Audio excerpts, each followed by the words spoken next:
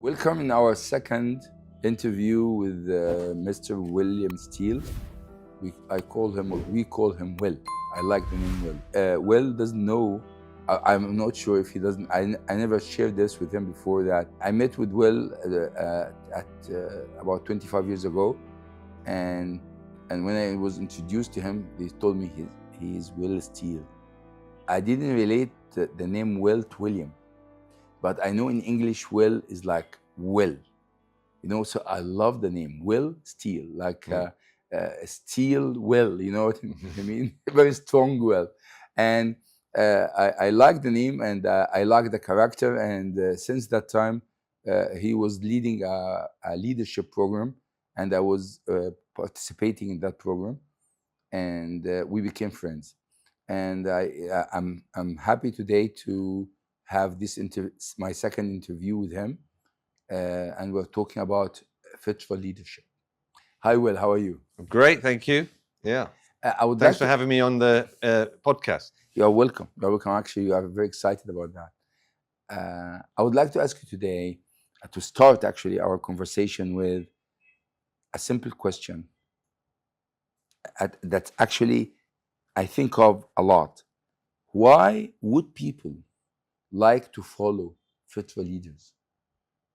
Why would people like to follow fit for leaders? Yeah. Well, if you think about the worst leader you've ever had, like the worst boss you've ever had, or teacher, or there's a certain way that they are that really puts you off. You end up, feeling forced or begrudgingly do what they're asking you to do. Right? So that's not great. Whereas real power is not force. You only need force if you don't have power. Yeah. So power is saying, we're doing this, we're going to accomplish this, and then you actually do that. That happens. Mm-hmm. That outcome happens, but it comes out of your mouth and then happens. Yeah. So one proponent of this in history, there's several I can think of: Gandhi, Nelson Mandela, Dr. Martin Luther King. Dr. Martin Luther King, I have a vision. I've been to the top of the mountaintop. That speech it took like 2 years of perfecting to get it absolutely correct, absolutely the way he wanted it. And he had that vision, and people were inspired by that. They were moved by that. If he didn't say that speech and he just said, we need to march to Washington and demonstrate, that was very dangerous. People could actually get shot. So he would probably not have had that many people turn out, compared to, I have a dream. He has a dream. He didn't just have black people, he had white people and all kinds of people come along because they were inspired. They wanted this unification. They wanted us to just be able to get on, to live together. Mm-hmm. Mm-hmm. And that came from his inspiration. Fit for a leader, one of the things I talk about in my book is it's critical to create a vision that inspires you and inspires those around you. But the first has to inspire you. So it has to come from fitra. It has to be like an authentic expression for you of what you're here to accomplish in this lifetime.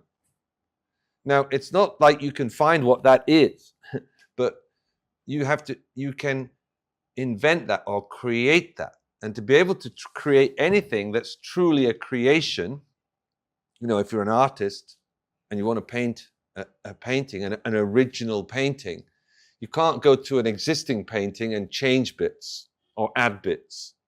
That's never an original painting. It's always a improvement or a change of an existing painting. Yes. So there's a condition you need to be able to create, which is you need a blank canvas. See, if you have a blank canvas, then you're now going to, from your mind or from your vision or from wherever, you're going to create art. You're going to create a creation that's an original. Yes. So the point of getting to fitra, right, which is the first half of our programs, it's the first half of my book, and it's why I realized I have to divide the book into two parts. The first part is you've got to get to a place where you're not, or you're back to fitra. You're at the, your true essence. You're true before you added anything. Until you got language, you were okay. And then you got language, you start describing the world and interpreting the world and making decisions about yourself and about others and about life, which it's necessary. I mean, you've got to decide what's dangerous, what's not dangerous, right? You've got to, survive. But unfortunately, it also brings limitations. You end up limiting yourself to being strong. You limit yourself to being hardworking. You limit yourself to being this nice person. You have to be nice even when you don't want to be nice. So we've got to unravel all of that to get you back to fitra, or in the analogy, a blank canvas. So now you can create who you are as a leader and what you're up to as a leader and what's the vision you want to realize in the world. Like our work together, you said, come and, we need a leadership program in the Middle East. We work together, and, how you get to vision is a whole process in creating a vision that's authentic to you. You've got to start with, what's my purpose in life? And your purpose is what you love to do. It just happens, it fits with what you really love, right? And I love to make a difference with people. If I'm working with someone, I'm there listening for whatever it is that's going to make that difference with them. And then the lights go on and they're in fitra. Yeah. Yes? So my purpose is making a difference. What I'm about is making a difference. That's not a vision. That's my purpose. So there's a difference between my purpose and my vision. So what's a vision? A vision is the fullest extrapolated realization of fulfilling that purpose, your purpose in the world. So, okay, I'm here, I'm making a difference. I'm here why am I doing these programs? Well, first, because you asked me to, and I said yes, so I'm here. But that got me in the game, right? This game. Then why am I continuing to do this? Well, it's because it fits with who I am. Who I am is I want to make a difference, and I get all these people to come, and we get to make a difference with these people. Okay, now if we want to make that into a vision, expand that. What is the outcome of that? What would that make available in the world? Or another way to ask the question is, well, what am I building with that? What am I creating with that? Well, I'm creating lots of people do it. As many people as possible do it. Okay, what does that do? Well, I have lots of people, cleaning up their relationships. Lots of people operating with integrity. Lots of people being inspired in what they're doing. People helping each other. People serving each other. People, having life work. All right, great. And then what does that make available? Well, if enough people did that, and if people in positions of great authority and power, if you like, in the world, who make these big decisions that impact millions of people, if they could be in fitra, that alters the world. So I have this vision. What we're about is we're here to transform the leadership of the world, but we happen to be in the Middle East, so we're transforming the leadership of the Middle East right now. That's what we're up to. Yeah. You see, that's a vision. That's like I can, ironing my shirt for this interview. I'm ironing the shirt. Why do I care? Because you got to look. There's got to be no distractions. You just want to hear what you got to say. So it's important, because without that, people won't listen. And then if they don't listen, there's no way you've got a chance of transforming the leadership of the Middle East. Mm-hmm. They're not going to listen to you. You can't turn up in a t-shirt and, shorts.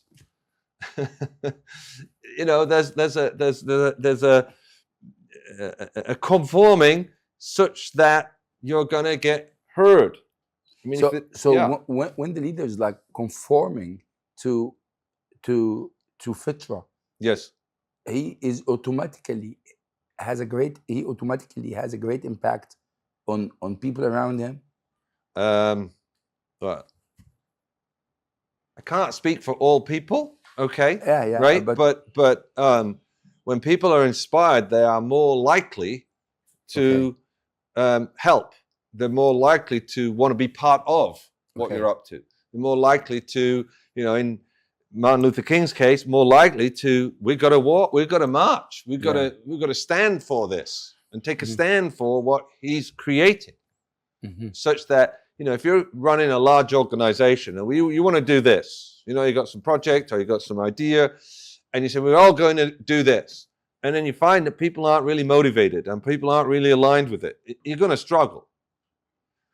But if you have a vision, and there's a way to do this, and I've done this with organizations where you get all the, you know, ideally everybody in the company, but that's usually unwieldy and difficult, but at least all the senior leaders together and create a future together. You know, I did that with a company in Saudi Arabia, and we had 40 of all the board directors, the C-suite, the owners of the company, the senior directors, and we had like 40 people in a room for 3 days. And it was about articulating what are they up to in the conversation. What are you here for? Why are you in this business? You know, what is it you want to do with this business? If you could make an impact in the world, what would that impact be? You know, and everybody wrote out some stuff, and then people voted on what people had said, and we got the main kind of statements on the board, and then we worked together until everybody was aligned with that's what we're up to. And it was literally everybody had a say.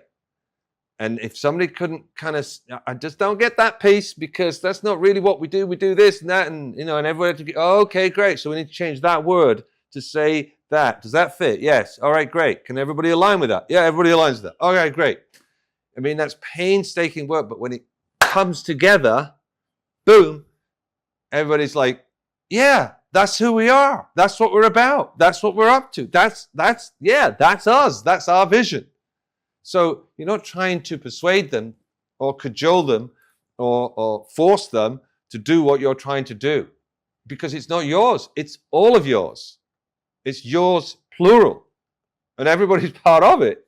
You know, the logic is inescapable. If I create a vision and I want to fulfill that vision, I just happen to be working here, you know, but it's my vision. Yeah. I mean, it speaks for itself. That's you're not trying to motivate people. They are inspired. They want that to happen. So people see themselves in what the leader is sharing with them and what the leader is inviting them to be or to do. Yeah. Well, they're part of the creation of it. Yeah. You know, I remember doing that process with a former company that I worked in. I went through, well, a similar process. They're a lot more extensive and had some other parts to it and et cetera. The way I do it is my version of having it fit in everyday worlds, right? But I think I ended up with either 2 words together or 1 word in the whole thing, right? That was my word. It came from my sentence that I put in, you know, it's like, you know, but I owned it. You know, some bits I wasn't so sure about, but I aligned, okay, to make it fit, to make the thing keep moving. Okay, fine. I can align with that creatively, all right? Mm-hmm. So it's a whole process of creation. And if you're part of a creation, it's yours. Yes. I'm not doing it for you. I'm doing it because that's what we created. That's what we're up to. That's myself. Yeah. That's me. Yeah.